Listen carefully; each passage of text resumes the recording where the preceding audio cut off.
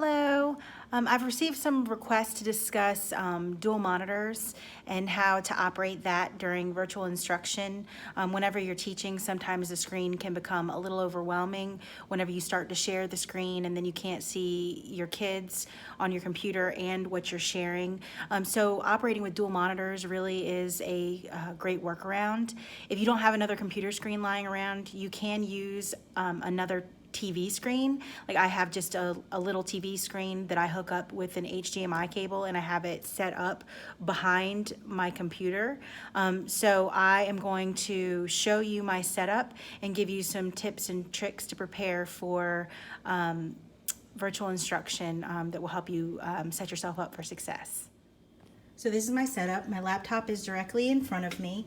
And then I have this 13-inch TV that I got from a family member. They were getting rid of it, and I said, no, I'll take it because I could probably do some dual monitors, and I thought it would be useful. So here it is, being useful.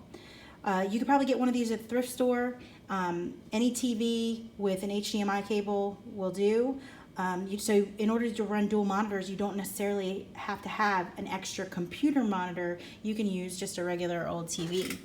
So I'm going to plug this in with the HDMI cable, and you're going to see what you're used to happening in a classroom. Whatever is showing on my laptop is now displayed up there, but that is not useful for what I'm trying to accomplish. What I'm trying to accomplish is making my instruction via Zoom easier by having all my participants on one screen and just having more space to put computer windows up here while I'm teaching, just because I want to see as many kids as possible, just to help manage and just get assessment data about students and their engagement levels.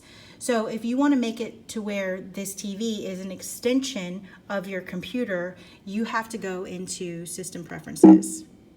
So I'm going to open system Preferences, and you want to focus on Displays. When another device is plugged in, another monitor or TV is plugged in, you get this middle button here called Arrangement. That does not appear if the device is not plugged in. So if you're trying to do this and you go straight to Display and you haven't turned on the TV and plugged in the cord, Arrangement isn't there because you have to have the device powered on with the cord plugged in order to get this. So right here, there is a little checkbox that says Mirror Display.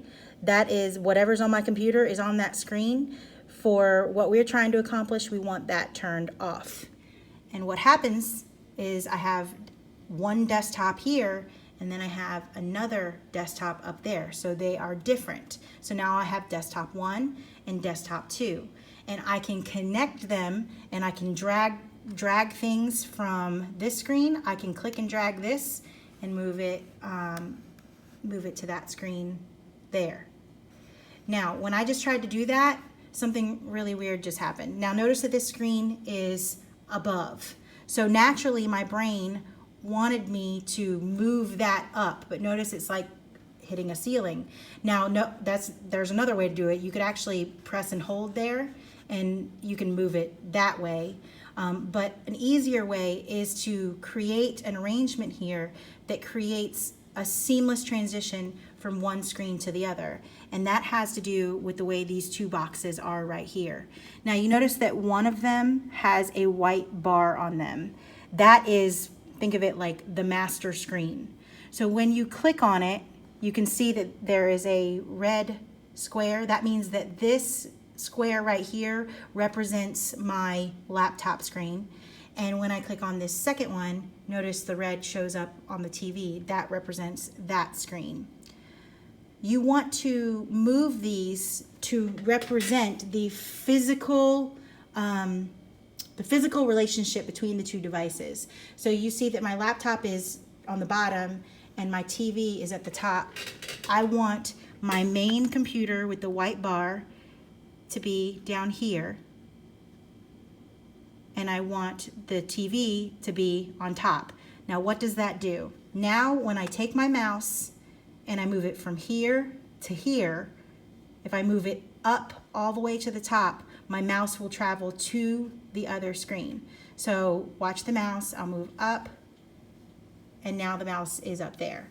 Now, when your computer is not like that, see, now it can't go. This describes the physical relationship of your screens.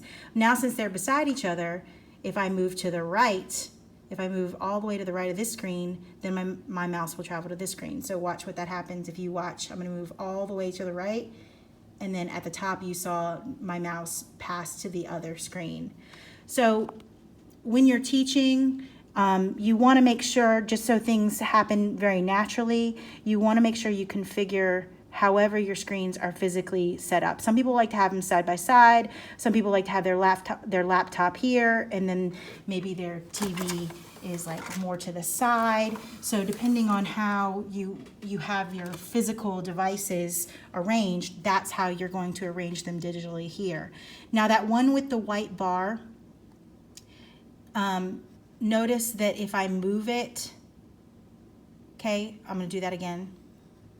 So the one on the bottom now is my main screen. That means that I have all the Mac controls down here. If I take that main screen and I move it to the top, now the top monitor becomes my main screen. So now you see all the Mac controls up there, and they have disappeared from down here. I prefer those to be on the bottom. The way my setup is right here, I can't really see the bottom of my screen, so that's definitely not ideal. So if you are working on dual monitors and you're like, why can't I see this toolbar? Well, you need to check which one is your main monitor and where it is in your arrangement. So you're going to make sure that if you're going to run dual monitors, you're going to make sure that your mirror display is off.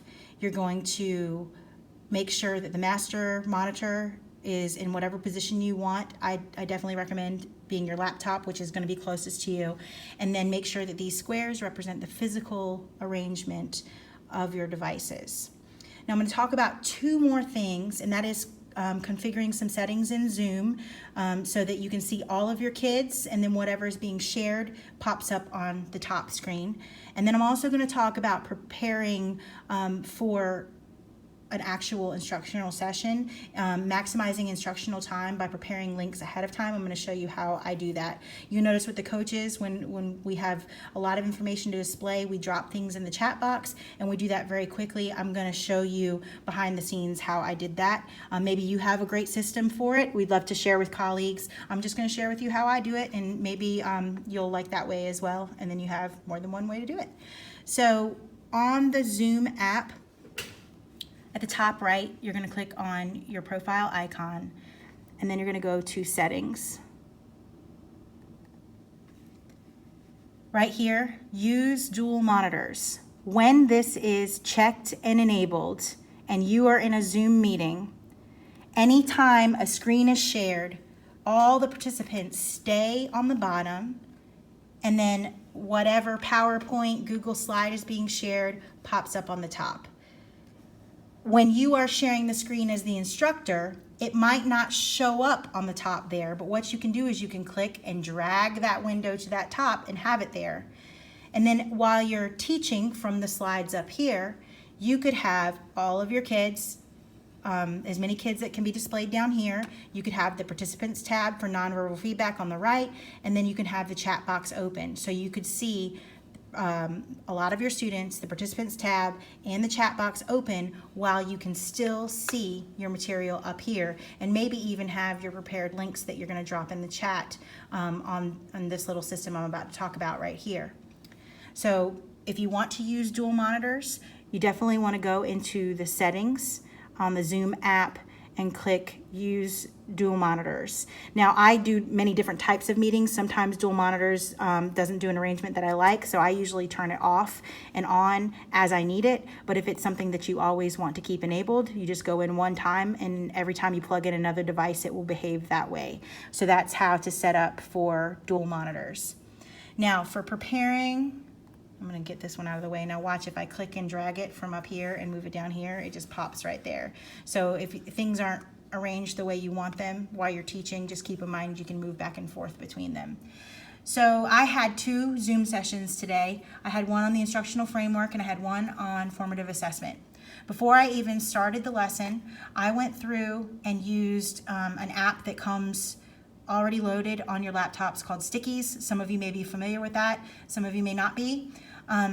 So I put the title of whatever I was doing there, and then I went through slide by slide, and I listed all of the links that I would need for that session.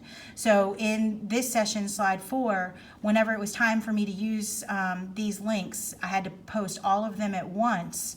So even actually, since that was the first thing that I had to drop in the chat box, I actually highlighted all of it ahead of time, and then I right-clicked and clicked copy. And then when we got to slide 4, whenever I was ready to do that, I said, I'm going to put a link in the chat, and I went to the chat and hit paste, and it was already there, and it was super quick, and we saved instructional time. So then whenever I was done with that section, while I was talking, I would go ahead and copy the next link and copy, and I would have that ready, and then as soon as whoever was presenting said the words I was prepared for, I would drop that link in the chat for the participants as well. So these were already ready to go before the presentation even started. So as you're preparing your lessons, you can map out all the things you need to go do in the chat. Now, for all the presentations and professional development, we have given our participants a presentation link ahead of time, but going back and forth can be stressful. So we just had the links ready to drop in the chat just so people didn't have to go back and forth. So last thing I'm going to talk about is how do you get these sticky notes to use. So on your laptop, this top button right here that has 6 squares, that one, that is the app launcher. When you press it, you get a screen that is very much like an iPad. You can swipe left and right to get to different screens, just like an iPad, back and forth. On my screen, it is right here, Stickies. That's what it looks like. But when I first started using these, it actually wasn't out in the open like that. It was actually hidden in a folder. So if you can't find it or don't see it or don't know what folder it's in, just go up to the search bar and type in Stickies, and that will pull it up front and center for you, and you double click it, and so the app's already open. So if I click on one up here, you can see. Here, let me pull this down so you guys can see. There we go. Pull that down there, and you can see, you know, the Stickies app is activated. If I wanted to do a new one, file, new note.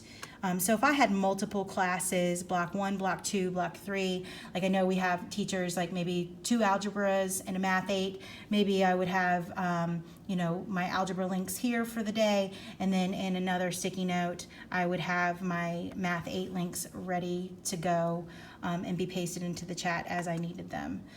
So that's just a tool that helps me prepare for virtual learning. It's definitely helpful in the moment for you to have those prepared so you can, you know, just maximize your instructional time and keep the wait time to a minimum just when you're transitioning from activity to activity. So I hope you found this helpful. This is, again, using dual monitors for instructing via Zoom. If you need any additional help, one-on-one help, I'm happy to Zoom with you or chat with you one-on-one. Just let me know. I'm here to support you.